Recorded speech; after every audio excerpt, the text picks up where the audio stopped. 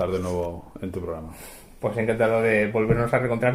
No, creo que nos hemos contado varias veces después de esos 4 años, pero es muy interesante retrotraernos a hace 4 años cuando hicimos el programa. ¿Cómo es lo que se dice? Que es un libro, un hijo y un árbol, ¿no? Pues hace 4 años, no sé si tenías ya un libro, pero ahora tienes un nuevo libro, tienes un hijo, y el árbol, ¿dónde lo estás plantando o lo has plantado ya? Ahora dicen que en vez de plantar un árbol hay que limpiar el coche por dentro. Sí. Esa es una de las grandes proezas del hombre contemporáneo. Sí, bueno, realmente sí, bueno, tengo un nuevo libro. Realmente la primera novela que he escrito, la anterior fue un ensayo que intentaba, pues como decía de aquella manera un poco en el prólogo, trataba de explicarme a mí mismo lo que significaba el fenómeno OVNI desde una perspectiva, pues, desde que iba desde lo cultural hasta lo científico, o incluso entrando de lleno en lo paranormal. Por supuesto, creo que me encontré un poco limitado a la hora de intentar abordar todo el fenómeno OVNI, y entonces decido recurrir un poco a la narrativa, a la literatura, que me sirve un poco como pretexto para desarrollar, pues, hipótesis y teorías que uno puede tener sobre lo que se esconde detrás de eso que Mulder y Scully se han dedicado a perseguir. Sí, nunca viene mejor que hayas publicado un libro cuando justo vamos a hacer este programa.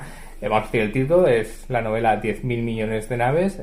Tiene una portada maravillosa de Pablo Ríos, donde nos retrataba al mítico Carlos Jesús, y nos retrataba a los 90, ¿no? Hablamos de Expediente X y nos retrataba a Carlos Jesús. Esos 90 escabrosos y fascinantes, ¿no? Que eran. Sí, la verdad es que los 90, en los ambientes que más se prodigan en el mundo del misterio, en gente que bueno, lleva muchos años en esto y que le han dedicado muchas energías, que no solo toman las cosas, que toman las cosas más o menos en serio, los 90 están vistos como una temporada un poco oscura. ¿Por qué? Bueno, yo le echo la culpa, para mí, el absoluto responsable de esto, y el cual yo homenajeo en mi novela, es nada más nada menos que Alfonso Arús, que yo soy un gran fan suyo, y para mí es uno de los grandes revolucionarios de la televisión española. Se puede estar de acuerdo o no con lo que hacía, pero él, yo creo que cambió la forma de entender la televisión en España en los 90. Y entonces, bueno, pues a través de Cárdenas y otros secuaces, pues se dedicaron a parodiar y a burlarse directamente de gente como Carlos Jesús, gente como Tristan Breaker, videntes, bueno, diversos personajes que claro, a la gente que se ha tomado estos temas en serio, pues les ofende enormemente. A mí en particular no. Sí que es verdad que en la novela he intentado reivindicar la figura de Carlos Jesús, o de ese trasunto de Carlos Jesús, pero yo creo que es un poco inevitable que haya algo de cachondeo con las interpretaciones o con las reacciones de estos personajes, porque invitan muchas veces a poco más que reírnos, y por eso el frontal rechazo de ciertos investigadores serios que no quieren ver esta faceta absurda del fenómeno, que para mí siempre ha formado parte del fenómeno OVNI, que es esta un poco grotesca, esta dimensión un poco irracional del contactismo un poco más folclórico, que muchos, insisto, quieren renegar de ella, pero que ha formado parte de lo que se ha venido a entender como ovnis, supuestos contactos extraterrestres desde el principio, ¿no?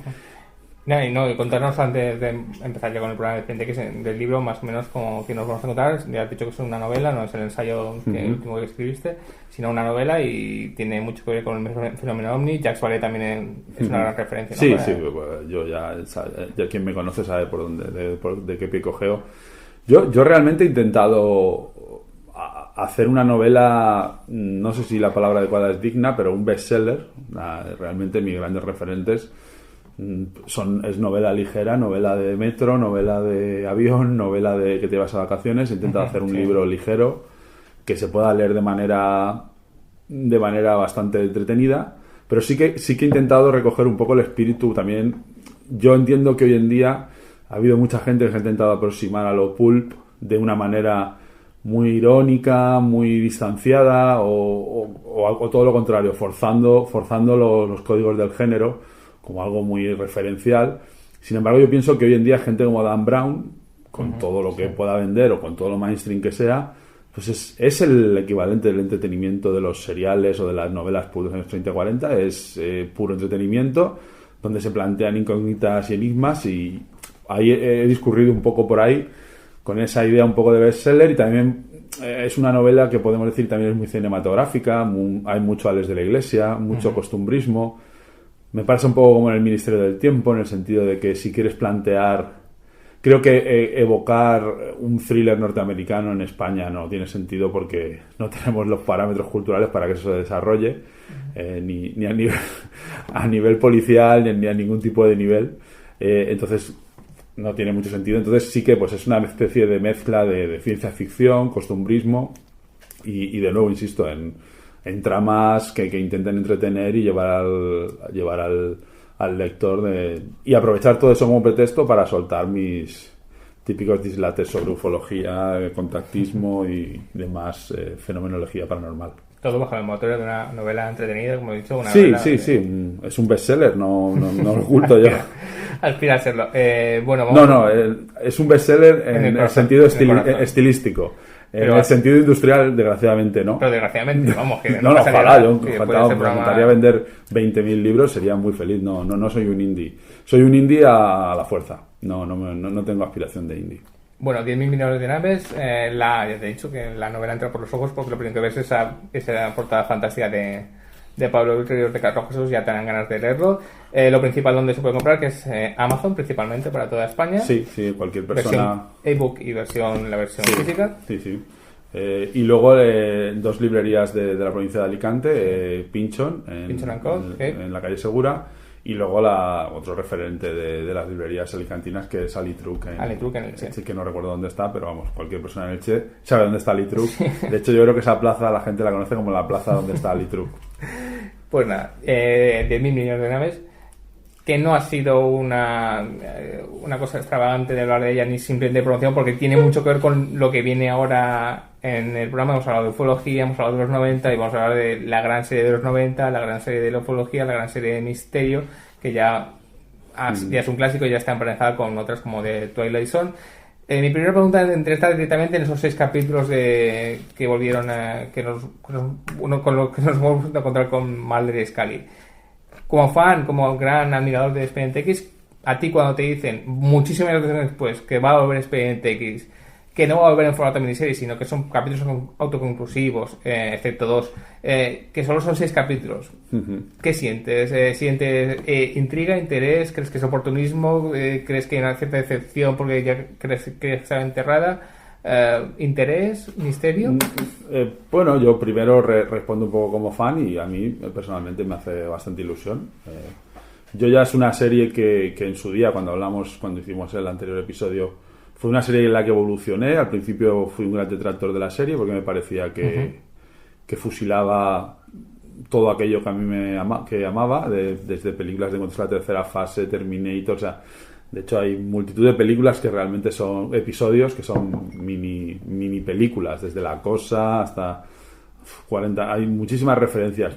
Luego fui madurando y me di cuenta de que realmente pues estaba simplemente haciendo un homenaje a cierto tipo de cultura, y el vehículo era Expediente X.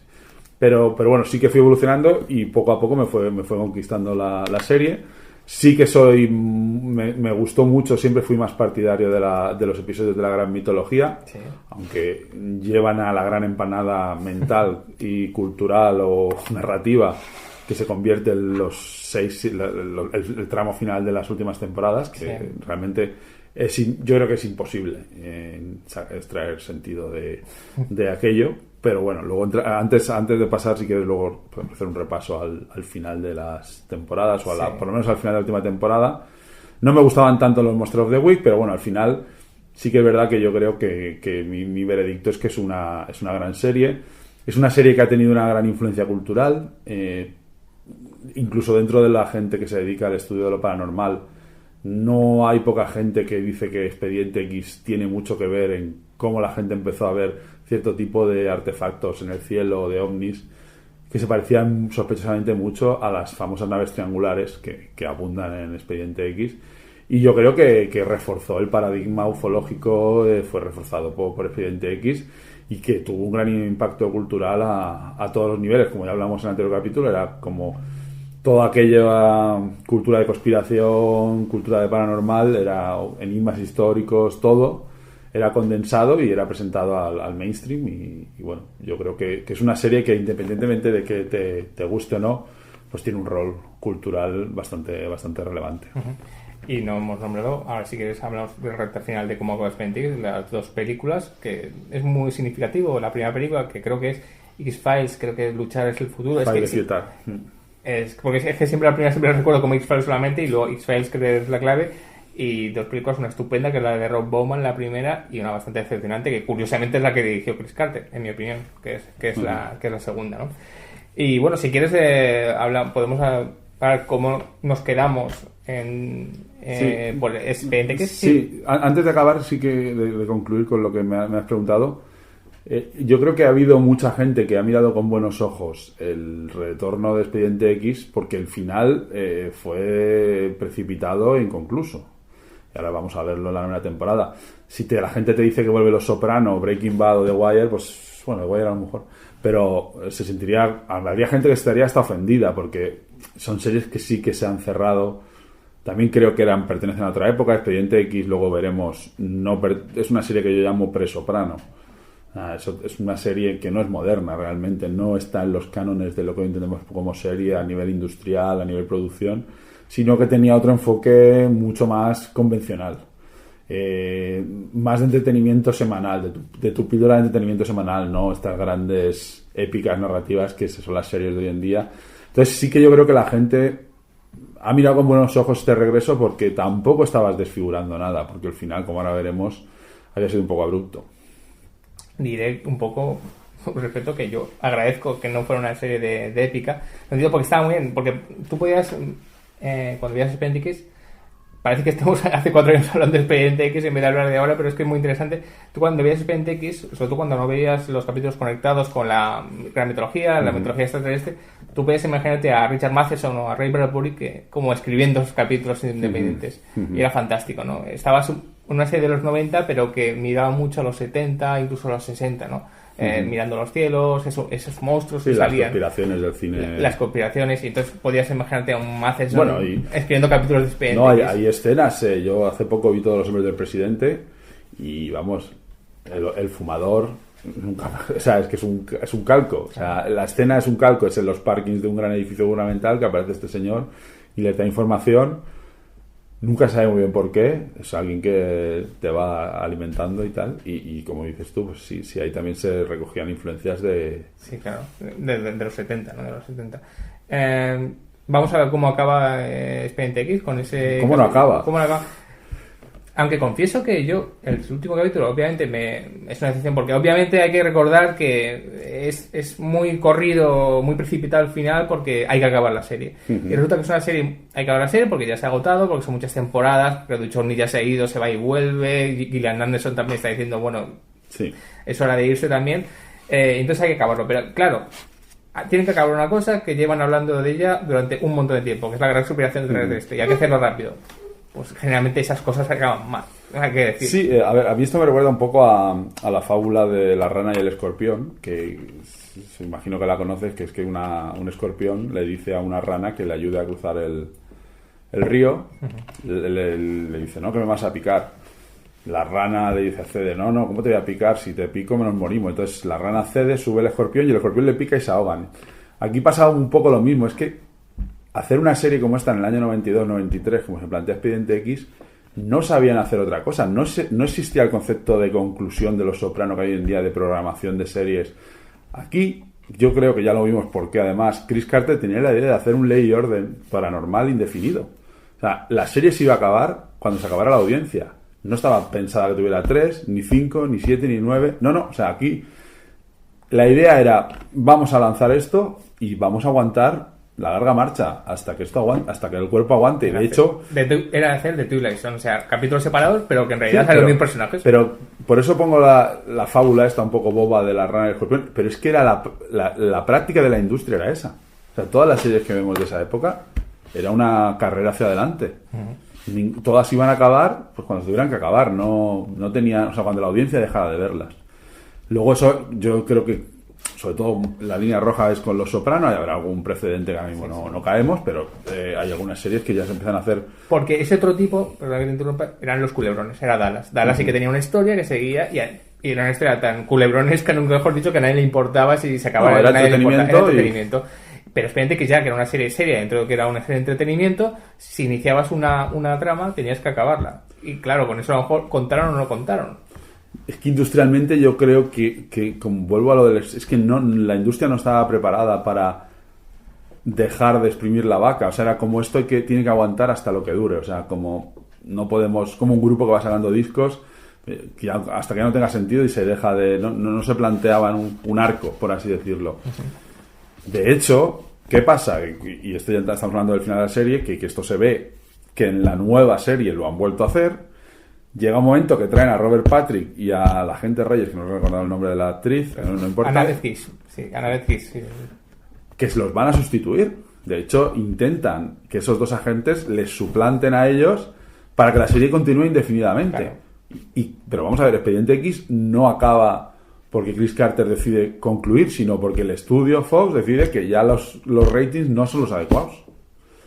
Entonces eso te lleva a preguntarte, o sea, ¿por qué acabó la serie? Pues porque industrialmente los estudios llega un momento en el que vieron que no era viable, que aquí no tenía sentido y se acaba. Y podemos pensar que en realidad Chris Carter intentó hacer su vena artística con Millennium. Uh-huh. Es decir, sí, ahora estoy haciendo esta serie para vosotros, pues voy a hacer mi serie para mí, y acabó como acabó. Uh-huh. Que tuvo mala audiencia y tuvieron que quitarla. Entonces dijo, es como se agarró a Expediente X y dijo, esto que no me lo quiten ya. Uh-huh. Aunque ya he fracasado con Millennium, esto me lo quiten. Sí, pues, a estirar. Era un producto muy, muy, muy icónico y de gran éxito cultural. O sea, uh-huh. que bueno, entonces, ¿cómo acaba? Pues todos recordaremos esta 9ª temporada, donde dejamos a Mulder y Scully en un motel con su hijo. Parece que bueno, por momentos el sindicato encabezado por el hombre que fuma iban a salirse con la suya, pero al final dejan un final ambiguo abierto, donde estos personajes también aprovechan el tramo final para cerrar la otra serie abortada, el tirador solitario de Lone Gunman. Uh-huh. Y bueno, ¿cómo queda todo? Parece ser que los Expedientes X son cerrados. Parece que la conspiración va a seguir su curso y, como hablamos, el final previsto era que el 22 de diciembre de 2012, coincidiendo con el fin del ciclo del calendario maya, se produciría la invasión extraterrestre que llevan preparando desde hace décadas. ¿Y a ti el final no te gusta? Sí, sí. Porque confieso que el final... A mí... Pues, el final, digo, como está elaborado, no me gusta... Pero si me lo cuentan, es interesante. 2012 es el final y acaban Mulder y Scully abrazados en una habitación de hotel esperando el fin del mundo. Tenía algo de poético. Tiene algo de poética, pero realmente, claro, ese fogonazo esconde multitud de episodios de relleno, multitud de congruencias y entonces, pues de hecho, yo creo que es complicado afrontar el visionado de Expediente X de nuevo. Sí. Sí, yo creo que sí. Yo lo empecé y llegué hasta la segunda o tercera temporada y lo dejé. Y eso que me quedé en las buenas. Y yo creo que adentrarte ya en la 7ª, en la 8ª son ciénagas mediáticas de muy, muy, muy, muy Mordor. Puede ser un... No, te lo diré porque yo quiero volver a hacerlo. Es que son series, que volvemos a lo mismo, son series de 24 episodios que sabemos a día de hoy que temporadas de 24 episodios es igual a episodios de relleno. Eso ya parece ser que el estándar lo sabe. O sea, sí. Las series son de 13, de 12, 18... ¿hay series de 24 episodios? Pues sí, te encuentras Flash, Arrow, hay algunas por ahí, pero yo creo que son las menos. Hay series ahora que van desde capítulos, por ejemplo, Breaking Bad, que pueden llegar a los 12 o las 13. Sí, de una hora, sí. Y muchas series están intentando ceñirse a un formato. ¿Por qué? Porque sí que es verdad que Juego de Tronos también está en 12 y 13, bueno, casi todas están... Porque yo creo que es un 24 episodios... Para un arco argumental invita al relleno y a las tramas absurdas, y lo otro yo creo que es una manera un poco más equilibrada, ¿no? Uh-huh. Uh-huh. Bueno, pues acaba con ese fin del mundo. Pero es que cuando has dicho Los Soprano, siempre me acuerdo de la parte final de Los Soprano, que en realidad la parte final de Los Soprano voy a tirar de memoria y habrá más sopranistas que ahora dirán... Yo como no la he visto. Vale, pues perdón por los sopranistas porque tiro de memoria. No me hagas ningún spoiler o si quieres me salgo un momento. Bueno, no voy a decir nombres, pero la recta final de Los Soprano en realidad se hicieron unos capítulos para que acabara Los Soprano. Creo que fueron 6 le dijeron, esto tiene que acabar. Acaba. Entonces los últimos capítulos tienen muchas veces, pues está muy bien, solo para no sé cuánto, pero es que se cargan a mucha gente. Entonces en un capítulo se cargan a 3 personas importantes, y el siguiente 2, y el siguiente 1. O sea que eso también lo tienen las series, que cuando ven el final, ven que en vez de haberlo el final dosificado más, llegan los 3 capítulos y en 3 capítulos tienes que acabar todo. Con muertes, con cerrar tramas, no sé cuánto. Entonces eso es un mal de las series. También vienen por la presión que tienen los creadores, los showrunners, que no le dicen, desgraciadamente, esta serie va a durar 5 temporadas con 12 capítulos, al menos. Por eso está muy bien en Netflix. Lo que me gusta de Netflix es que te den toda la temporada entera y no capítulo a capítulo. Estos son 12 capítulos porque eso quiere decir que han podido trabajar con una temporada entera, no capítulo a capítulo, a ver si me cancelan o no me cancelan. Que eso es afortunadamente. Claro, pero volvemos un poco a lo mismo. En aquella, la industria como estaba diseñada en esos años era incapaz de trabajar de esa manera. Hoy en día ha cambiado absolutamente el formato y pues, ya no tiene esos, como diríamos, ese corsé que tenían antes de, bueno, tienes que hacer 20 temporadas de 24 episodios, tienen que estar en el prime time, si son comedia tienen que durar media hora, o sea, todo muy muy estructurado. Ahora mismo todo está un poco más, yo creo que es un buen momento ahora para hacer series y bueno, en ese contexto aterriza. Bueno, como tú has comentado, hay 2 películas por en medio, que bueno, yo creo que la primera sigue un poco vertebrada en lo que es la serie. Es un gran capítulo de la serie, simplemente. Y está muy bien porque es un muy buen capítulo. Pero la segunda pues no tiene ni pie ni cabeza. Pero es una locura que justamente la dirija el propio creador de la serie. Sí, Siempre recuerdo, perdón, a Jordi Costa diciendo esa crítica maravillosa que dijo de una puñalada de muerte inesperada. Porque es una puñalada que le da el propio creador creando un capítulo muy soso, muy aburrido. Muerto, estaba de parranda. Claro. Has resucitado. Claro. Pues es un capítulo, bueno, yo creo que poca gente que le gusta X-Files o no ha visto que La Clave es una película interesante porque es muy muy burda, muy sosa, un capítulo pero sin nada, sin poco trabajado. Sí, aparte, bueno, pues, creo que la gente de la película esperaba una espectacularidad que no tiene. Claro, es lo que esperan cuando una serie pasa al cine. Vas a la gran pantalla, pues esperas claro. un tratamiento un poquito más ambicioso. Sí. Y es un capítulo y no sería de los buenos si lo pusieran en... No, y tampoco visualmente. No. Es un thriller así sobrenatural que bueno, podía haber pasado perfectamente, como dices tú, de un episodio sin más. Bueno, pues de eso ya pasamos a... Hay un largo recorrido donde Duchovny, sobre todo hablamos de Duchovny y Gillian Anderson, pues sobre todo han dedicado su vida a la televisión. Duchovny le fue muy bien con Californication, Gillian Anderson le ha ido muy bien, ahora está con The Fall, la serie esta donde hace una policía que tiene que atrapar a un asesino en serie, si no me equivoco, y haciendo más o menos su trabajo. Yo diría que a mí me sorprendió que dijeran con tanta ilusión que querían volver a una serie que hacía 12 años o 14 que no hacían. Sí, la verdad es que cuando grabamos el anterior programa de Vídeo Rodando dedicado a Expediente X, no sé si hablamos de si volvería alguna vez Expediente X, pero yo creo que nadie hubiera apostado porque Expediente X iba a volver. Pero la sorpresa sí ha sido... no sé si ha sido motivado un poco por una idea romántica de retomar aquella serie, de darle un cierre que no tuvo, o ha habido un tema económico interesante, pero bueno, la cuestión es que Expediente X ha vuelto. Sí, obviamente un tema económico siempre puede haber habido, pero vamos a ver, digamos que yo me refiero a Duchovny y Anderson, no son personas que estén viendo debajo del puente, porque a veces el éxito lo vemos con si salen al cine. Es verdad que no han tenido carrera cinematográfica, pero en televisión han tenido una carrera, como he dicho, muy interesante. Duchovny ha hecho una serie que tuvo mucho éxito, como Californication, y él ha tenido nominaciones. Él estaba metido en Aquarius, que creo que ya la cancelaron, la serie esta también de Panic Satan, porque de los 70, con los asesinos de Manson. Y Anderson, pues con su papel en Aníbal, ya he dicho, y en The Fall, digamos que tampoco se verán desesperados pidiendo trabajo. No, son series que más han tenido éxito, pero han tenido también un gran recibimiento por parte de la crítica. O sea, que el caché de hecho... No son poca gente la que dice que bueno, a nivel interpretativo se nota que Gillian Anderson como que ha profundizado mucho más en sus habilidades interpretativas, y bueno, también ahora lo veremos por qué, porque Mulder juega Duchovny juega un Mulder un poco raro. Me interesa mucho. Sí, pues veremos que Gil Anderson tiene mucho talento y eso siempre sabía, ¿no? Gillian Anderson también, yo creo que sigue conservando un poco el mismo rol, pero Mulder es el personaje que más ha evolucionado en este regreso. Uh-huh. Pues si entramos dentro de Expediente X 2016 o... Sí, vamos, sí.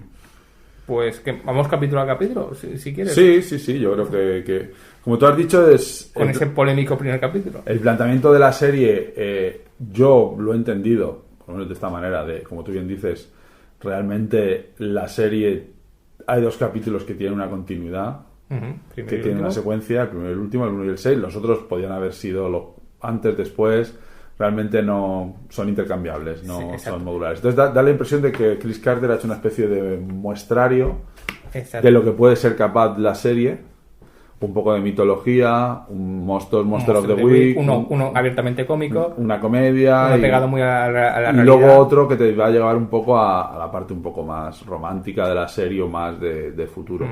Entonces ha hecho una especie de, no sé, es raro, es 6 capítulos, es un formato raro.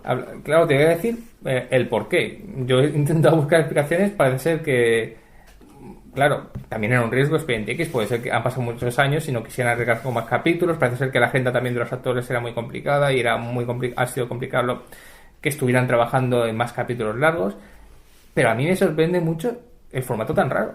2 capítulos conectados, primero y último, y 4 que son autoconclusivos, porque sí. Pero eso, si fueran 12 a lo mejor tendrían sentido, pero son 6 como diciendo, como es un aperitivo. Según tengo entendido, hasta creo que el primero y el sexto, Mi Lucha 1 y Mi Lucha 2, debían haber sido consecutivos. Yo creo que también tiene toda la lógica. Claro. Pero no lo son. Se abre un paréntesis ahí un poco extraño, porque bueno, sí que es verdad que hay ciertos personajes que aparecen y luego desaparecen absolutamente. Claro, entonces es que tampoco da mucho tiempo a iniciar. Parece que Carter... Expediente que quiere iniciar una trama en 2016, pero es que en realidad solo hay 2 capítulos, porque los otros 4 son autoconclusivos. Y si quieres empezamos ya por Mi Lucha, porque es que te quiero comentar. Es un capítulo que es mal recibido, porque a mí, yo entiendo que, yo voy a decir, yo adelanto que me ha gustado bastante, este Expediente que me ha gustado bastante, voy a defender bastante estos nuevos capítulos. Pero es verdad que Mi Lucha es un capítulo muy brusco, donde de repente... la conspiración extraterrestre deja de existir, vuelven los Expediente X de una manera que se resuelve una frase diciendo hay que volver y nadie lo explica por qué. Sí, es un poco... O sea, es un capítulo que lo que quieren hacer es darle el play para que empiece los siguientes y no interesa explicar un poco las motivaciones. Es verdad que son capítulos muy cortos, son 40 minutos y tienen que darse mucha prisa. Es que parece que, como decíamos eso de que es muy precipitado el final, pues el principio de este también ha sido precipitadísimo. No sé cómo afrontaste tú Mi Lucha. Bueno, antes de nada decir que las reacciones críticas, yo creo que vivimos una etapa cultural donde ya es verdaderamente imposible lanzar un producto y que no le peguen tiros a sí, lo complicado, o sea, realmente... Sobre todo, bueno, hay excepciones y hay cosas. Por ejemplo, volvemos un poco al Ministerio del Tiempo, que yo creo que sí que está... Sí, bueno, le salvaron las buenas ideas. Y sí que veo yo, bueno, por lo menos en Twitter y las redes sociales, sí que se ve cierta consenso de que es una serie que gusta y que funciona muy bien. Y sobre todo que es una serie que, digamos, que es necesario en tiempos de Velvet, digamos, con todo el respeto lo digo, que es necesario que una serie española abogue por otro camino y que es necesario que exista, ¿no? Incluso hay gente que dice, a lo mejor no me gusta más o menos... El Ministerio del Tiempo es bueno que exista porque ofrece otra cosa. Sí, y bueno, yo creo que es un triunfo de la industria televisiva española y bueno, es una serie que me gusta mucho. Pero lo que quería venir a decir es que hoy en día, pues lo hemos visto con Batman vs Superman, todas las películas que bueno, plantean, bueno, no voy a decir, no quiero ser condescendiente con los géneros, pero un blockbuster para mí es un blockbuster. Entonces, analizar Batman y Superman como si fuera una película de Haneke, pues tampoco le veo mucho sentido, ¿no?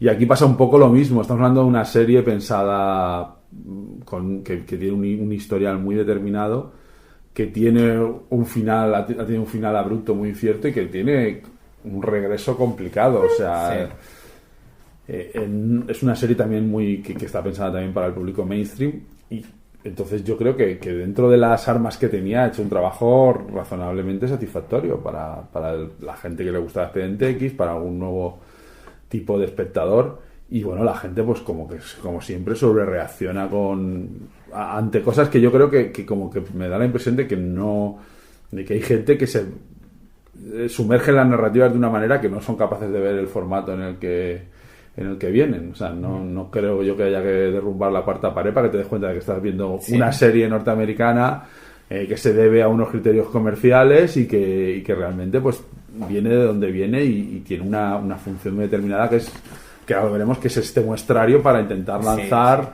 una nueva serie, y entonces así un homenaje, intentan cerrar un poco como dices tú, resetear un poco el universo para volver a lanzarlo lo antes posible, y luego veremos cuál es nuestra apuesta un poco de por dónde van a ir las cosas.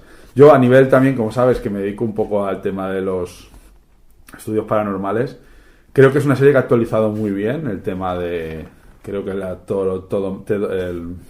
personaje de Ted O'Malley, protagonizado por el protagonista de Community, no me acuerdo cómo se llama, ha hecho un gran trabajo de esta especie de telepredicador conspiranoico, que bueno, yo creo que el primer monólogo el que Mulder habla, que es un poco pues es un fenómeno que yo creo que lo he visto, es una evolución bastante habitual en gente que se dedica al estudio del misterio, I Want to Believe. Pues no todo el mundo tiene la fortaleza que puede tener un Iker Jiménez, que es incombustible, pero todo el mundo acaba teniendo estos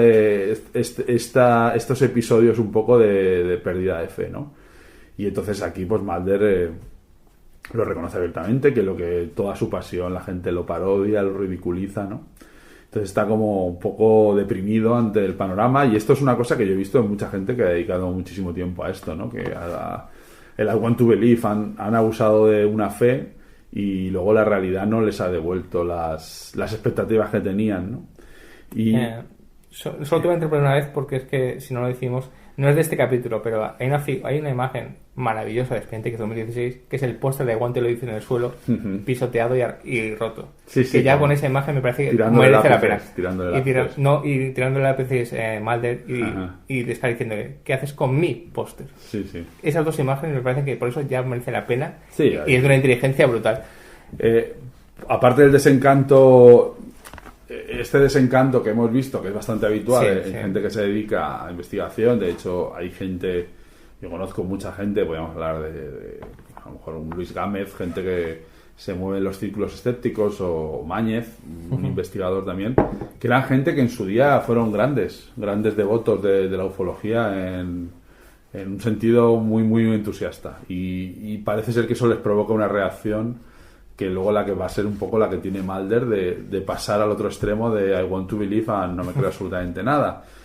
¿Todo esto que es porque está propiciado? Bueno, pues parece ser que a través de Ted O'Malley, el personaje, Mulder descubre que, como siempre le había dicho además el fumador, una verdad, una mentira siempre hay que esconderla entre varias verdades, ¿no?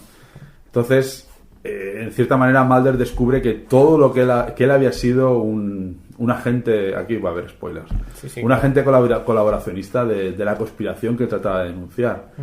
Realmente esa búsqueda incesante de los extraterrestres, de que había realmente era todo un montaje el cual él colaboraba activamente para crear esa pantalla, y había otra agenda que efectivamente, como ahí insinúan, tiene que ver con un Roswell primigenio donde un tipo de tecnología se recupera, no se sabe muy bien de dónde, pero realmente todos los casos que él ve de extraterrestres, él descubre que posiblemente es todo un montaje y que los Expediente X eran toda una distracción en la que él era uno de los protagonistas para evitar que se descubriera la verdad. Entonces él se da cuenta de que pues eso, todo el descrédito que tenía los Expediente X, como él lo llamaban Spooky Mulder, todo lo despectivo que eran, él se da cuenta que toda su pasión, que había luchado por desenmascarar eso, se había dado cuenta que había estado trabajando para el enemigo. Y esto a mí me parece fundamental, porque justifica para mí una de las grandes fallas argumentales que tenía las 9 temporadas de Expediente X, era por qué nadie mataba a Fox Mulder. Sí, claro, exacto. ¿Por qué nadie le había pegado un tiro ya?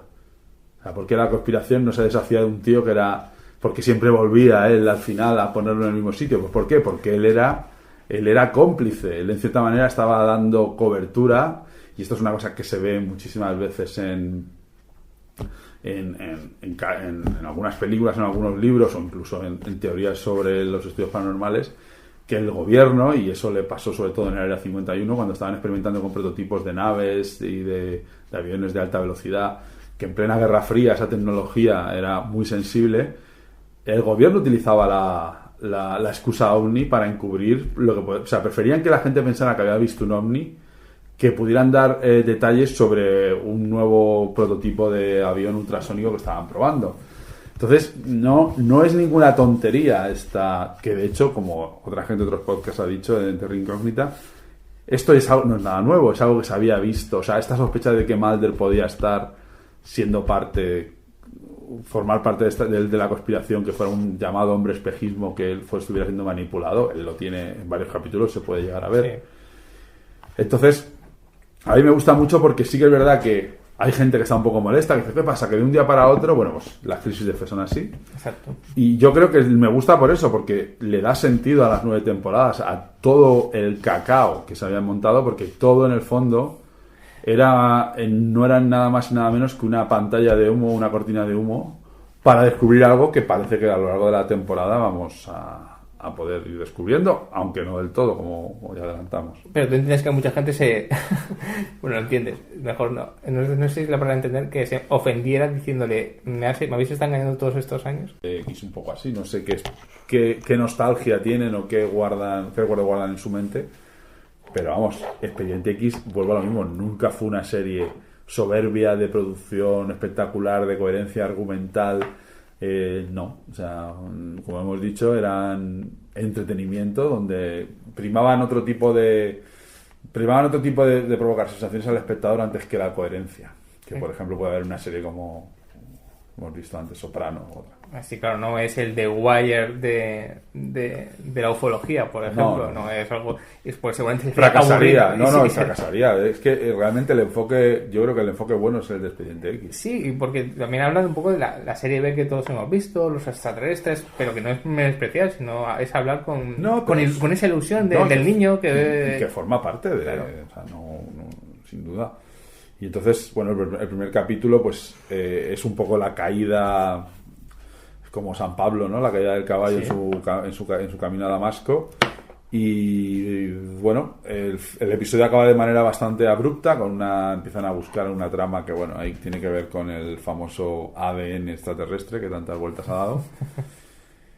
Y como tú bien dices, de repente, pues como si a alguien se le cae un folder, de repente se abren los Expedientes X, ¿no? De repente llaman a Scully y a Mulder y... Sin ningún sentido. Bueno, me refiero sin ningún sentido, es que no hay una explicación como diciendo Chris Carter. Bueno, no, aparece Skinner y les dice que ha notado necesita su ayuda porque está detectando que está ocurriendo algo.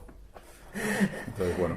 No, pero es bien, es como Chris Carter decir, mira, os he escrito 4 capítulos. Da igual que no, pero quiero que volváis al Expediente, que qué más da si os doy una explicación muy compleja de por qué vuelven o no, qué más da. Si sí, por eso, queremos hay que ver monstruos y... suspender un poco el escepticismo y no exigirle rigor a lo que nunca tuvo rigor. Claro. Eso es un poco mi defensa de Expediente X. No puedes pedirle una integridad argumental a algo que nunca la tuvo. Antes de seguir, quería que nos detuviéramos en Fox Mulder o en Ted Duchovny cuando pierde esta fe, ¿no? Que cree que ha sido objeto de manipulación. Quería que nos centramos en cómo ves a Duchovny y a Gillian Anderson. Vemos a Duchovny cansado, gordito, que a veces no se afeita, triste, mientras Gillian Anderson tiene ese porte siempre con mucha clase, mucha seguridad, porque Gillian Anderson es una de muchísimo talento, pero está Duchovny agotado, cansado, y que mucha gente ha dicho, oh, qué mal está Duchovny, y a lo mejor está perfecto en este nuevo Mulder, está cansado, es agotado, fracasado, crepuscular. Sí, ya no saldría en una portada americana siendo con una pose seductora, ¿no? ¿No? Ya está ahí retirado en su campo viendo pasar los días, ¿no? Fracasado, crepuscular. Sí, yo creo que para mí encaja bien por eso, y creo que tiene su lógica. Hay gente que le ha molestado un poco ese salto bueno, pues casi cuántico que su conciencia experimenta de que, bueno, estamos el paradigma de que estamos siendo víctimas de una conspiración que nos va a llevar al exterminio y a la colonización de la Tierra por unos extraterrestres bueno, aquí hay una trama y realmente todo esto ha sido un engaño del que, bueno, yo he sido parte integrante, ¿no? Entonces, bueno, pues evidentemente yo creo que eso, como tú bien dices, Mulder, a nivel visual, lenguaje corporal, aspecto, lo hace muy bien. Y luego sí que es verdad que a partir de este episodio hay un Mulder un poco sombrío, pero luego se va a ir animando hasta llegar al clímax del tercer episodio, que bueno, ya podemos adelantar que estamos ante uno de los grandes episodios del top 5, top 10 bueno, de ahí Expediente X. Nos vamos a poner de pie porque yo creo que un episodio con ese título solo podía ser grande. Está a la altura del título. ¿Y quién está detrás? Lo dirige Darin Morgan y evidentemente pues, yo creo que ahí es donde verdaderamente la serie ha mostrado su esplendor, ¿no? Pero bueno, antes de eso tenemos que hablar del siguiente capítulo, que es Founder Mutation, que yo creo que es un capítulo que bueno, era inevitable. Te puedo preguntar una cosa antes de... Vamos a mutación.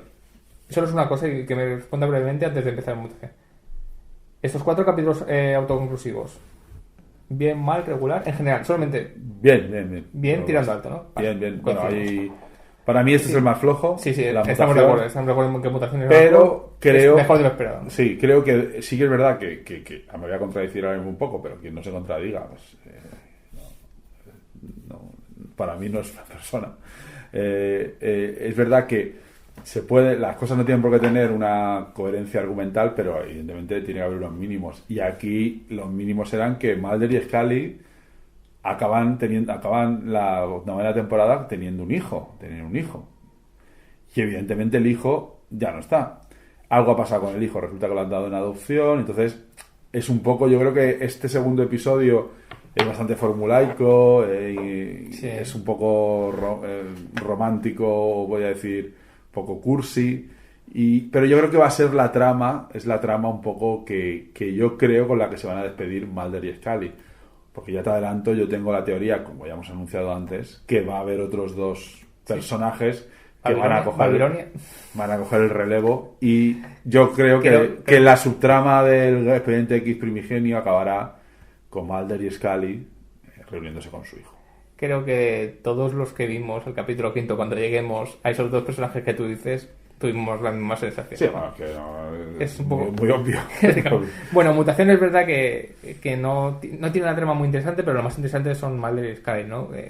Hablan del hijo, es un poco como una especie de ajuste todo emocional de lo que había pasado, que claro, el hijo no está, tenía un hijo y explican un poco, lo habían dado en adopción para que la conspiración, el sindicato y la trama le perdieran la pista y no cayera en manos, aunque parece ser, como se demuestra en este episodio, que no había sido el caso, porque hay varios niños que bueno, todo esto nos retrotrae al pecado original, que es nada más y nada menos que la abducción de la hermana de Fox Mulder. Sí.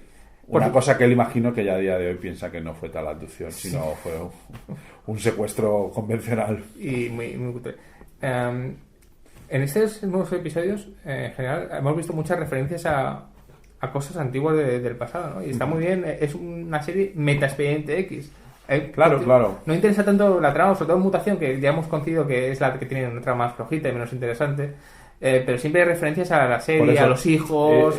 Yo creo que si quieres disfrutar de Expediente X, o bien te tienes que sumergir en las historias y no buscarle ningún sentido a nada, o bien, como tú dices, ver un poco la estructura que está tramando Carter con cada cosa, ¿no? Entonces, como tú dices tú, a mí me pasó exactamente lo mismo con la última temporada de Perdidos, que para mí es una metatemporada, es un homenaje al final de la temporada que narrativamente no tiene mucho sentido, pero que tiene la idea de, bueno, voy a recuperar a todos los personajes, los voy a meter, y es una gran despedida, es un gran encuentro con todos los personajes que nos habían dado tanto. Entonces, como tú dices, era un meta homenaje que trascendía un poco lo que era el formato, ¿no? de serie.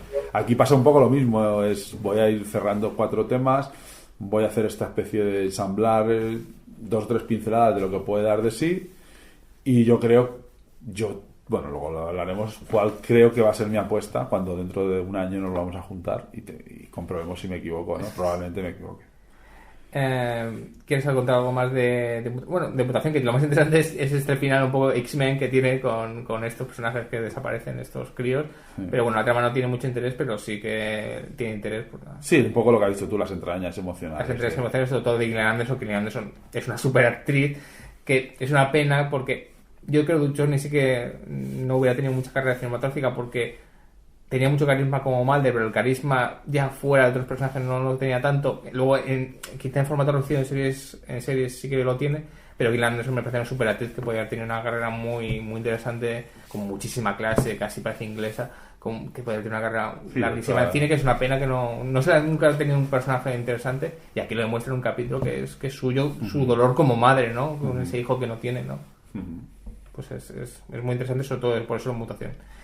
Lo que pasa es que ese tipo de lenguaje o de narrativa pues tampoco está en el radar de un fan de Expediente X. Entonces, sí. Al final...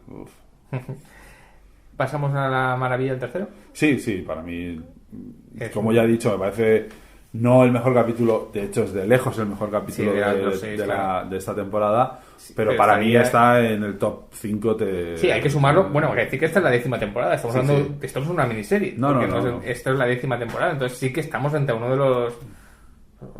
Yo creo que metería en los 10 capítulos. No, para mí está entre los top 5. Aparte, hay gente que de nuevo misteriosamente empezó a decir que es que esta serie no se toma en serio a sí misma. Bueno, cualquiera que revise cualquiera de las temporadas, que han hecho parodias, han hecho musicales, han hecho han plagiado, no han hecho una parodia del formato Cops. Cuando se iban a una casa encantada y veían unos fantasmas que eran mayores que una, creo que era Lily Tomlin, el otro no sé quién es, y era un capítulo de fantasmas, pero un capítulo claramente humorístico. Sí, ¿no? O viajes en el tiempo, donde dan cosas de época, y bueno, realmente es una serie que nunca se ha tomado muy en serio a sí misma, gracias a Dios.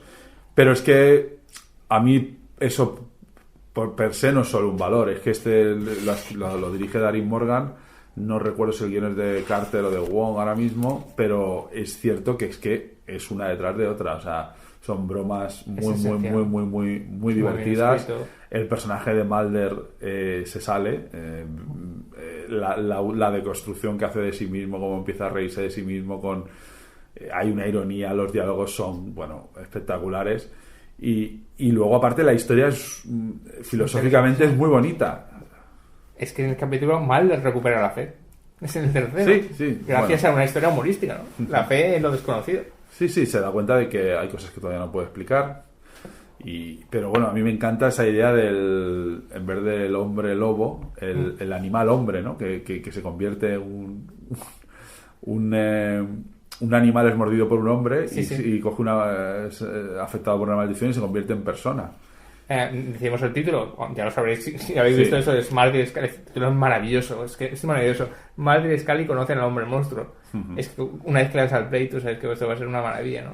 Y bueno, la verdad es que tal y como lo plantean todos los escenarios es muy divertido. Y luego el fondo filosófico de este animal que vivía tranquilamente allí, hasta como que la violencia del hombre es la que lo convierte en un pobre ser humano que bueno. Y bueno, yo creo que es un gran capítulo y todo funciona perfectamente. Y bueno, para mí es la cima de la serie. Nada, es perfecto, es divertidísimo y sobre todo es muy, muy brillante. Y hay que decir que el monstruo que se me de nombre y luego que el monstruo es Chris Darby, que no habréis visto que era el jefe de los Flight of the Conchords. Bueno, y ha hecho un montón de cosas.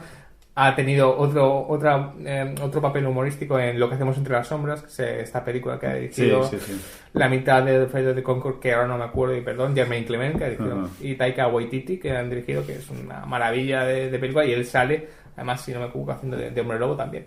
Sí, tienen unos lances con una panda de Hombre Lobo. Exacto, Hombre Lobo contra vampiros. Sí. Bueno, si habéis visto Lo que hacemos entre las sombras, la recomendamos porque es una maravilla de película. Y recomendamos este tercer capítulo que es una delicia es pura comedia, pero con un gran sentido del humor y, como hemos dicho, con una trama que te hace reflexionar sobre distintas cosas. Y vemos incluso la parte erótica de Gillian Anderson, de Dan Scully.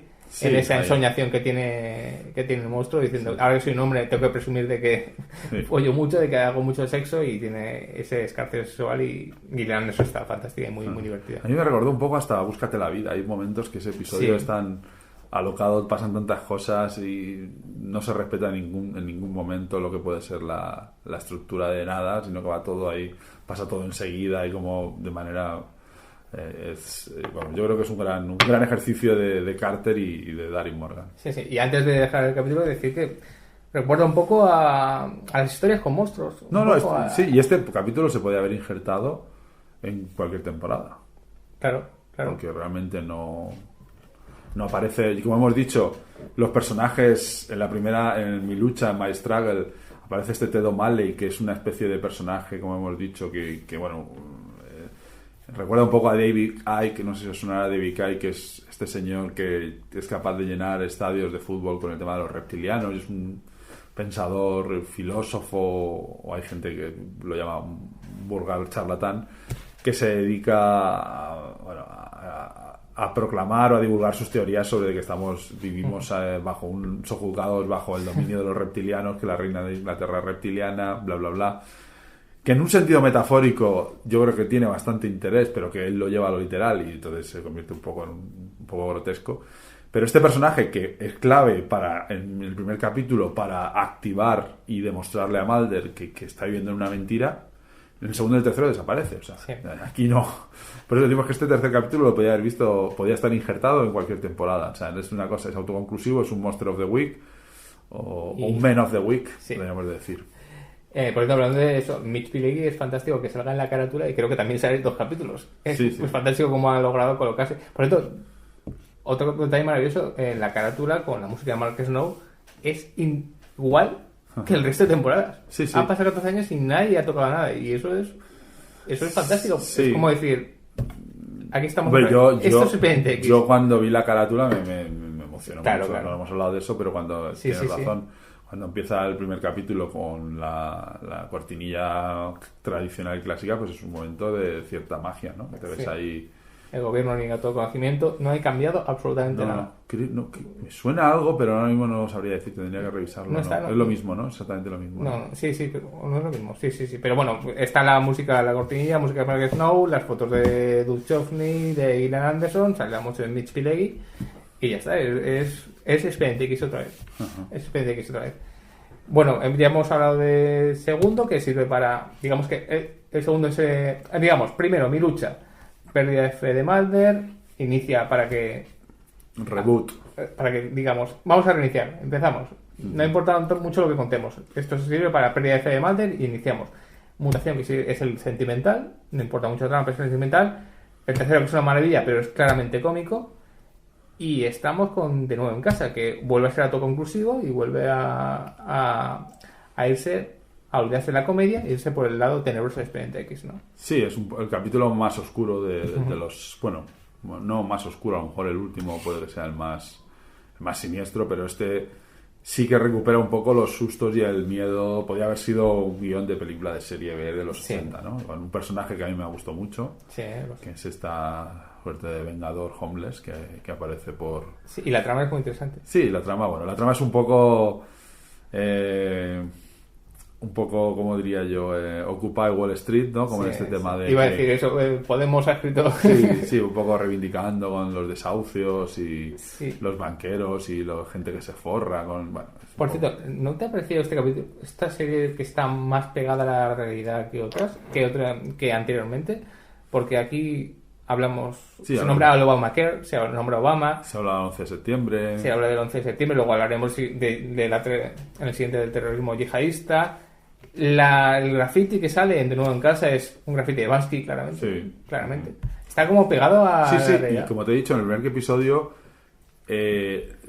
hacen varias menciones a distintos casos paranormales y bueno, sí que también hablan del famoso caso K.K. Hill, que hace poco han dedicado un monográfico de Terra Incógnita, y que se ha convertido en una de las... es un caso un poco célebre ahora, porque es como la pregunta que Mulder le hace a Ted O'Malley, a este charlatán que aparece, para ver si sabe que habla de ovnis, ¿no? Entonces es un poco la broma ahora interna, si sabes que es el caso Kelly Hill. Pero sí que es verdad que hablan de muchos casos que son de gran actualidad y también recoge un poco el espíritu de Ancient Aliens, también como hemos dicho, este divulgador de misterio, O'Malley, también recuerda un poco a Ancient Aliens y se han metido muy, muy, muy a fondo en lo que es la realidad. También llegan a hablar de chemtrails, de The Ham, de los zumbidos, que luego hablaremos que hay gente que oye un zumbido. Sí. Entonces sí que es verdad que yo creo que están muy, muy, como dices tú, muy, muy al pie de la actualidad. Sí, es como si... Está muy bien porque tú ves a Mulder y Scully hubieran existido y hubieran dejado el tiempo, hubieran caído en 2016. Y es como hacerlo ahora mismo y te los puedes encontrar. Eso me fijé. También hay un par de guiños bastante... no voy a decir reivindicando la homosexualidad, pero sí que hay un par de situaciones donde intentan dar que de hecho lo hacen, darle cierto aire de cotidianidad a la homosexualidad, como que bueno, es otro tipo de América. Yo en ese sentido también creo que es una serie un poco progresista, en ese sentido, lo cual es extraño porque estamos hablando de que se emite en Fox. Bueno, ya siempre hemos hablado de Fox, este canal que lleva emitiendo Los Simpsons cada 300 años y bueno, pues la sombra de este canal de Rupert Murdoch, y ya sabemos que es un canal ultra conservador y... Sí, pero que hay temas como la homosexualidad que la tratan de manera con mucha naturalidad, con un poco forzado, pero bueno, estamos hablando de una serie un poco que no hace las cosas tampoco muy, como hemos dicho, con el rigor que se debiera. Pero sí, que dices tú, como tú dices, yo creo que está muy, muy pendiente. También el uso de la tecnología está súper actualizado, como siempre. Ya lo hablamos en el anterior episodio, que esta fue una serie pionera con Internet en muchos sentidos. Ellos ya empezaban a utilizar ordenadores, teléfonos móviles desde el principio de los 90.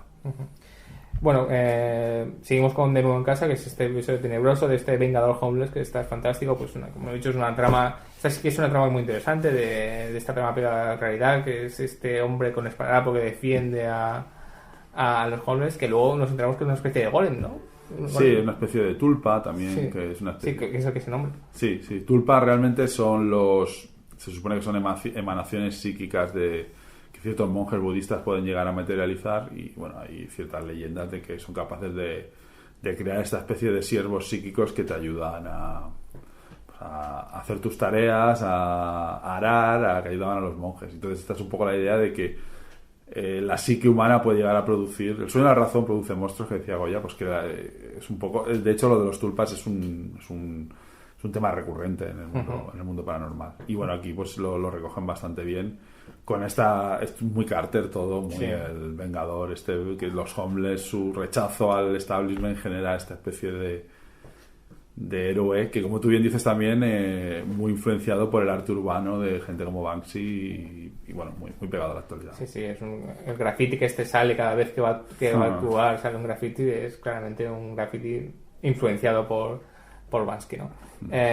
Bueno, pues digamos que este es mejor que Mutación, no es tan bueno como el del Hombre Monstruo, pero básicamente porque el Hombre Monstruo es el mejor y es muy divertido y es muy diferente, pero tiene un nivel de producción muy interesante. Y sí, a nivel visual yo creo que está muy bien conseguido. Es el que más nivel de producción tiene y a mí me gustó mucho. Por eso este fue el capítulo donde dije, esta serie está cogiendo mucho nivel, porque ya van dos que están muy bien. Este nuevo 2016. ¿Quieres añadir algo más antes de pasar a Babilonia? No.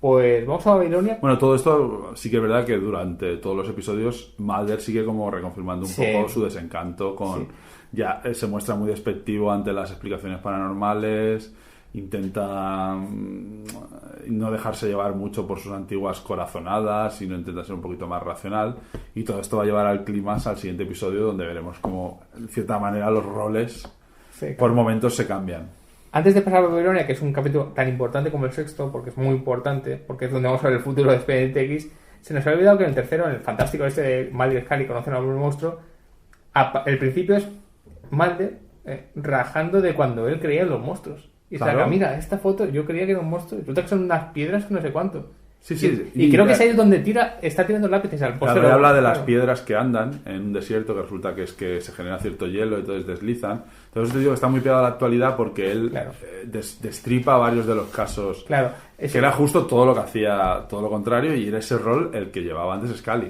Ese es el que has comentado, y creo que es ese capítulo donde está esa imagen maravillosa de Mulder tirando lápices al póster de I Want to Believe, y Scully y Gillian Anderson entrando diciendo: no toques mi póster, porque ahora yo estoy creyendo. Yo soy tú hace años.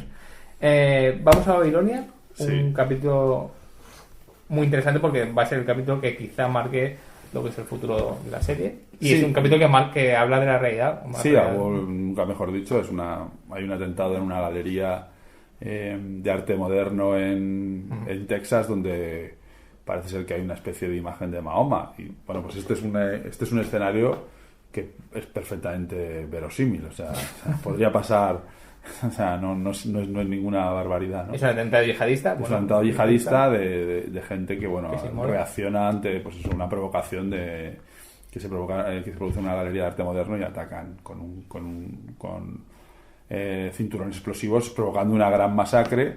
Y es aquí cuando el FBI decide recurrir a Mulder y Scully, y es cuando aparecen pues dos personajes que yo creo que van a dar mucho que hablar, o no. Antes de hablar de esos personajes, lo que habíamos hablado del progresismo de la serie, también aquí yo creo que se puede ver, no sé si estás de acuerdo conmigo. El inicio de Babilonia es un terrorista preparándose para ir ahí, y mientras va en coche, él se queda mirando a las mujeres, y se queda mirando un coche, y se nota el desprecio de la gente hacia él, cuando no está haciendo nada conduciendo. No es que busque una justificación, pero sí que habla del tema de que a esta gente la hemos estado puteando todos estos intenta años. contextualizar un poco, Sí. no la maldad como algo absoluto, sino como... Claro, que hay una justificación. No hay una justificación, pero. Ay, vamos. lo has dicho tú ya. No hay justificación porque Edítalo, luego. edítalo. Sí, porque luego, si no, bueno, a lo mejor en la cárcel con alguna ley mordaza, no sé cuánto. Sí. No justificación, pero obviamente todo acto tiene algo ha habido detrás. Sí, intenta contextualizar, pero tampoco intenta hacer apología. Sí, claro, no hace eso, pero es cierto que siendo la serie que es, podría haber dicho un hombre conduciendo, va al museo malvado, y se mata. malísimo. Malísimo, no sé cuánto. No, lo pone es un hijo que tiene su madre y bueno, te explica un poco de dónde viene Eso, todo. y bueno, y veremos que en el capítulo vemos que tampoco es el mal personificado, sino que es alguien que se ha desviado y se habrá desviado por algunas razones. Por eso digo que ese cierto próximo que te hablabas de la homosexualidad también se habla y veremos a Mulder y Scully hablando de por qué tanto odio, ¿no? Y entonces diciendo, bueno, pues a lo mejor tanto odio viene de que algo pasó, no, a lo mejor Occidente no ha sido emblemáticos, digamos. Pero bueno, sigamos. Ha habido un atentado terrorista y bueno, y queda en coma uno de los terroristas y entonces el FBI tiene que ir a... que a mí me recuerda un poco a Fringe, que es una de las tramas de Fringe, hay un capítulo muy famoso en Fringe donde se interroga a un muerto, pues aquí me recuerda un poco lo mismo, ¿no? Y aquí es donde aparecen los dos personajes que es Miller y el agente Einstein, sí, que son básicamente Mulder y Scully replicados de jóvenes. Muy jóvenes. Y ejerciendo cada uno el mismo rol. Sí. Y es curioso como hay un intercambio de parejas donde Mulder acaba llamando a la racional y Scully acaba llamando al chico para que le ayude, ¿no? Y bueno, hay un episodio bastante hilarante que es que, bueno, un momento que Mulder decide drogarse, aunque luego parece ser que no ha sido tal, o sea, que es una especie de ensoñación suya. Él decide drogarse porque él puede conectar con esa persona que está en coma a través de una droga. Pero luego parece que le da un placebo. Que es un placebo que le da Einstein. Bueno, pero solo decir que la escena, el clímax de este trip de Mulder es que acaba haciendo square dancing en un bar tejano con sus botas de cowboy. Con los long gunmen. Sí. O sea, y con el fumador que también aparece por ahí. En fin, me gusta que dentro de todo este contexto de drama de un atentado terrorista, pues se permite esta licencia, ¿no?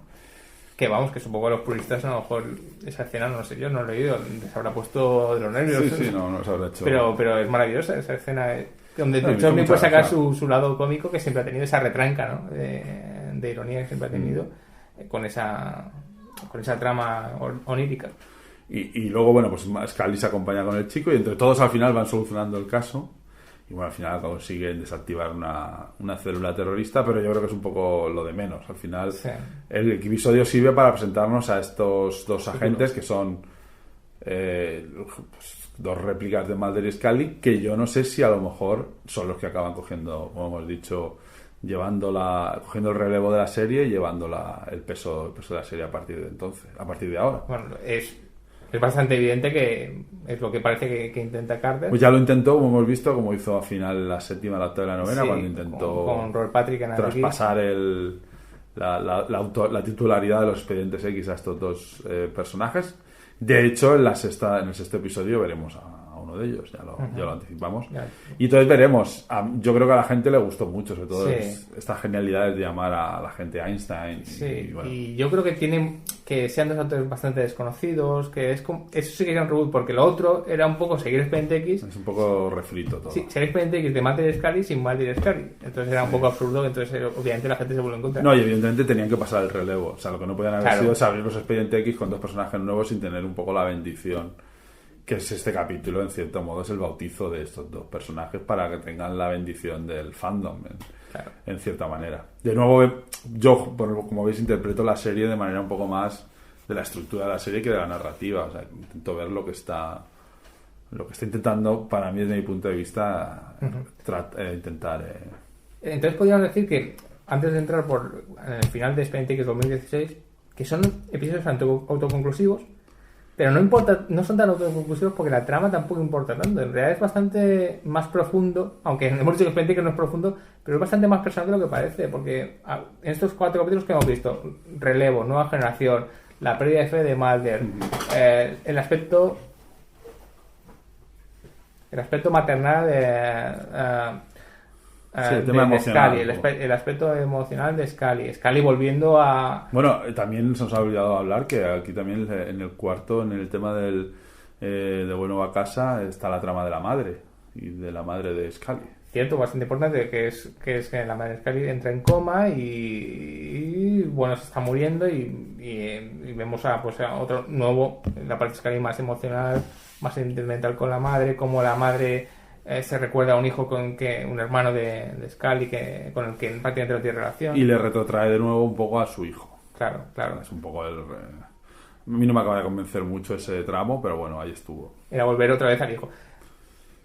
Es porque tú crees que el hijo va a ser la clave cuando resuelven los nuevos capítulos. Sí, esto es una hipótesis que dijo Alex Barragán, de Terra Incógnita, que los dos están... De hecho, tenemos pendiente un debate de alto nivel sobre el regreso de Expediente X desde el punto de vista forteano, no tanto como aquí cultural televisivo, y él apostó que iba a acabar en la serie con el tema del hijo. Yo entendí que podía ser una hipótesis bastante probable, pero no ha sido así. Entonces yo creo que esta va a ser la salida. Creo que va a ser la salida de Mulder y Scully, va a ser de la mano de su hijo, saldrán de escena y darán el paso a los que bautizan este episodio, a Miller y Einstein. Esta nueva pareja.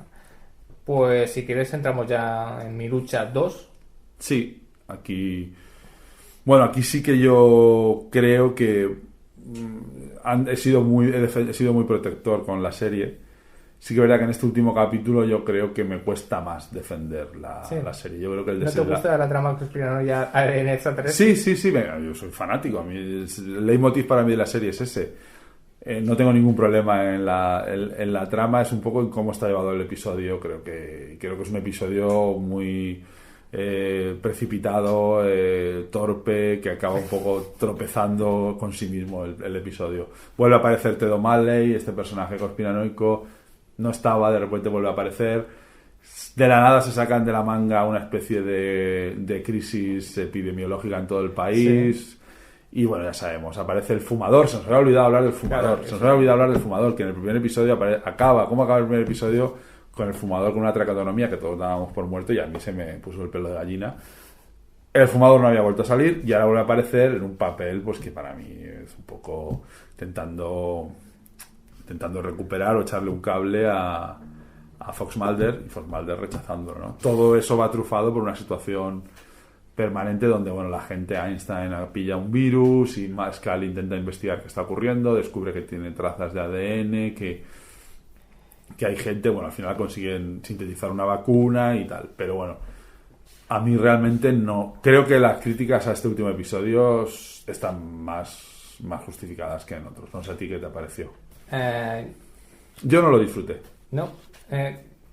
Quizá debió acabar con esta trama la serie de verdad, pero no en un capítulo, porque volvemos a lo de siempre. Son capítulos de 40 minutos muy rápidos. No es tanto el problema de la trama, yo creo que es un tema que no está bien ejecutado. Por eso me refiero que acabar. Yo creo que es muy interesante lo de la conspiración final, que sea, a ver si a lo mejor tú lo entenderías mejor, que es el final de la especie humana gracias a una extraterrestre, excepto unos elegidos que van a empezar... Sí, pero es una agenda humana, no era una agenda... Claro. Lo que pasa es que le daban ese envoltorio extraterrestre para que efectivamente se autoinvalidara cualquier acusación, porque todo el mundo pensaba que era una fricada, ¿cómo van a ser extraterrestres? Entonces, ese era un poco el mecanismo del que Mulder había sido partícipe y cómplice, ¿no? Entonces, en este último episodio, pues se ve que hay una especie de plan de... que bueno, es un clásico de ciencia ficción, el virus para salvar a los elegidos porque el planeta sobrepoblación y tal. Y bueno, pues está la trama que, bueno, Einstein enferma, Scully le ayuda, el agente Miller se va detrás de Fox Mulder, que se va a Spartanburg en South Carolina, que está el fumador allí. Entonces tienen como sabéis, se supone que el fumador es el padre de Fox Mulder y le ofrece la salvación y Mulder la rechaza, ¿no? Y entonces, bueno, hay unas escenas que a mí personalmente no me acabaron de gustar. Y se produce la escena final, que ahora llegaremos. A ti no sé qué te pareció el episodio. Bueno, pero estamos en contra de que el fumador haya vuelto, ¿no? No, yo súper a favor, pero vamos... Que volviera mejor. Creo que tenía... No, la traqueotomía me pareció... Sí, bueno, esa escena es fantástica. Pero cuando se quita... Cuando se quita la cara y se la desfigurada. Sí, tiene mucho de monstruo de... Se supone que fantasma de la ópera. Sí. Se supone que él había muerto, claro. Y de hecho... Una de las cosas interesantes es que el agente Reyes, que se suponía que era el trasunto de Scully, que le iba a sustituir al final de la 9ª temporada, aparece y se ha hecho cómplice del fumador. La cobardía. Sí. La cobardía del FBI. A todo esto Skinner está por ahí. Sí, por eso es que Mitch Pileggi yo creo que es el ídolo porque sale en la carátula y en realidad no tiene ninguna repercusión en ninguno de los 6 capítulos. No es poner en marcha los agentes X y ya está. Claro, yo le veo sentido como... Entonces, como una previa a algo más. A ese Expediente X 2017. Bueno, vamos a ver, ya sabes cómo acaba, que de repente... Sí, eso, vamos a decir cómo acaba. Bueno, acaba de manera bastante similar a Mi lucha, que acababa con... Bueno, aparte del fumador, aparecía también uno de los famosos platillos volantes triangulares. Pues aparece un platillo volante triangular que ilumina a todos los personajes y ese final queda abierto. Así acaba la serie, o sea, realmente en un final muy ambiguo. Se supone que ese platillo volante pues podrá salvar a Fox Mulder, porque Fox Mulder en ese momento está agonizando porque ha rechazado el antídoto, la vacuna que le ofrece el fumador para salvarse y está condenado a morir por el virus, pero algo suponemos que algo pasará. ¿Y dónde irá? Bueno, yo ya te digo, mi hipótesis, en unos meses o semanas, o quizás nunca lo sabremos, mi hipótesis es que va a haber, yo entiendo que puede que haya una nueva temporada donde Mulder y Scully acaban saliendo con la trama del hijo y que Miller y Einstein pues de nuevo inicien la lucha contra... Yo creo que al final... Creo que la trama extraterrestre va a volver. O sea, creo que Mulder, después de esta crisis de fe, la va a recuperar y se va a dar cuenta de que había algo realmente detrás de todo lo que él buscaba, que no ha sido manipulado de tal manera, sino que, bueno, siempre han jugado al engaño. No creo que él... Entonces yo creo que habrá de nuevo pues eso, porque si no, sin los hombrecitos verdes esta serie pues también pierde mucho de su encanto, ¿no? Claro. Sí. Lo que no sé es, yo no creo que la serie vaya a quedarse así, o sí, no sé cuál es un poco el run. No, yo tampoco he leído nada, pero sí, yo entiendo que... La serie no ha funcionado mal, en principio. Sí, ha tenido audiencia, críticas ya hemos dicho aquí que tampoco hay que hacerle mucho caso porque vivimos en tiempos de internet y... Uh-huh. Todo el mundo tiene una opinión, pero la dice muy fuerte y la repite mucho, con lo cual que parece que cuanto más opiniones es la realidad. Yo creo que en general es un recibimiento bueno. Es que en general a mí me parece que si tú ves los capítulos, estamos en una serie de un nivel muy aceptable, muy interesante para lo que era. Que había gente que estaba esperando con el cuchillo entre los dientes y la gente... Pues, son 4 capítulos autoconclusivos muy buenos y 2 capítulos quizás más discutibles, pero bueno, para lo que sirven es para intentar iniciar el 2017, la nueva temporada, la 11ª, ¿no? Que es para lo que sí, yo creo que sí. Si Carter, recordemos que, como vimos en su momento, ha hecho Expediente X y no ha hecho nada más. Hizo Millennium y bueno, pero no realmente... Y aparte creo que no le tiene... Él creo que quiere seguir con Expediente X. Entonces sabe que a medio plazo continuar con Mulder y Scully es imposible. O sea, yo creo que ya el rol de ellos está ya agotado. O sea, por eso hay que aplaudir ese 5º capítulo, ¿no? Esa introducción. Sí, por eso que yo creo que ya lo intentó hacer en la otra... el primer tramo de la serie y ahora yo creo que pues va a intentar hacer un reboot de la serie y, pues no sé, series a lo mejor de 10, 12 episodios con otro formato, donde a lo mejor se intente pues los Monster of the Week y desarrollar la trama alienígena, que yo creo, la gran trama, que yo creo que va a volver. O sea, yo creo que esta caída de fe de Mulder tan radical va a volver un poco a reavivar un poco su interés y su fe un poco en el I Want to Believe. Bueno, en realidad no, como tú y yo estamos de acuerdo en que Mulder y Scully desaparecerán o harán apariciones puntuales, en realidad lo que importa es el nuevo agente. Uh-huh. Y él es un creyente absolutamente. Sí. ¿No? Con lo cual es empezar de cero, ¿no? Uh-huh. Sí, pero yo creo que Mulder tampoco me lo veo saliendo descreído y pensando derrotado, que ha sido engañado toda la vida. No, depende de dónde vayan. Porque si vemos esa nave, ese último plano, tendrá que ir a algún sitio. Sí, esa luz. Sí, al área 51. Bueno, entonces hemos hablado de este Expediente X 2016. Un rápido resumen. Una valoración positiva, negativa, regular, bien. No, yo a mí me ha parecido muy satisfecho. A mí me ha gustado mucho y la recomiendo a la gente que en su día, la gente que creo que en su día la vio, le debería dar una oportunidad si realmente le gustó y verla con cierta distancia también. No sé muy bien las nuevas generaciones cómo pueden conectar con esto. Lo veo complicado. Lo veo complicado. Como hemos dicho antes, muy resabiadas. Como tú has dicho, es todo muy meta, todo tiene... Todo juega un rol, funciona algo que ha pasado. Sí. Lo veo complicado. Sí, es una serie de una banda demográfica muy concreta. Yo solo, si alguien me dijera, vamos a ver Expediente X 2016, solo quizá podríamos ver el Mulder y Scully conocer a un hombre monstruo y lo disfrutaríamos, pero ya el resto sí, también, se perdería mucho. Si no conoces al personaje de Mulder, incluso ese capítulo puede parecer un poco... esa conversación en el cementerio, donde él está despedido y un monstruo le está diciendo... Pero bueno, hay cosas que no... Da igual que no te lo creas, hay cosas que no te lo crees, que son increíbles, que no te puedes explicar. Y él poco a poco ves el rostro como va volviendo la ilusión y le da las gracias. Si no conoces a Mulder, pues a lo mejor dices, bueno, pues muy bien.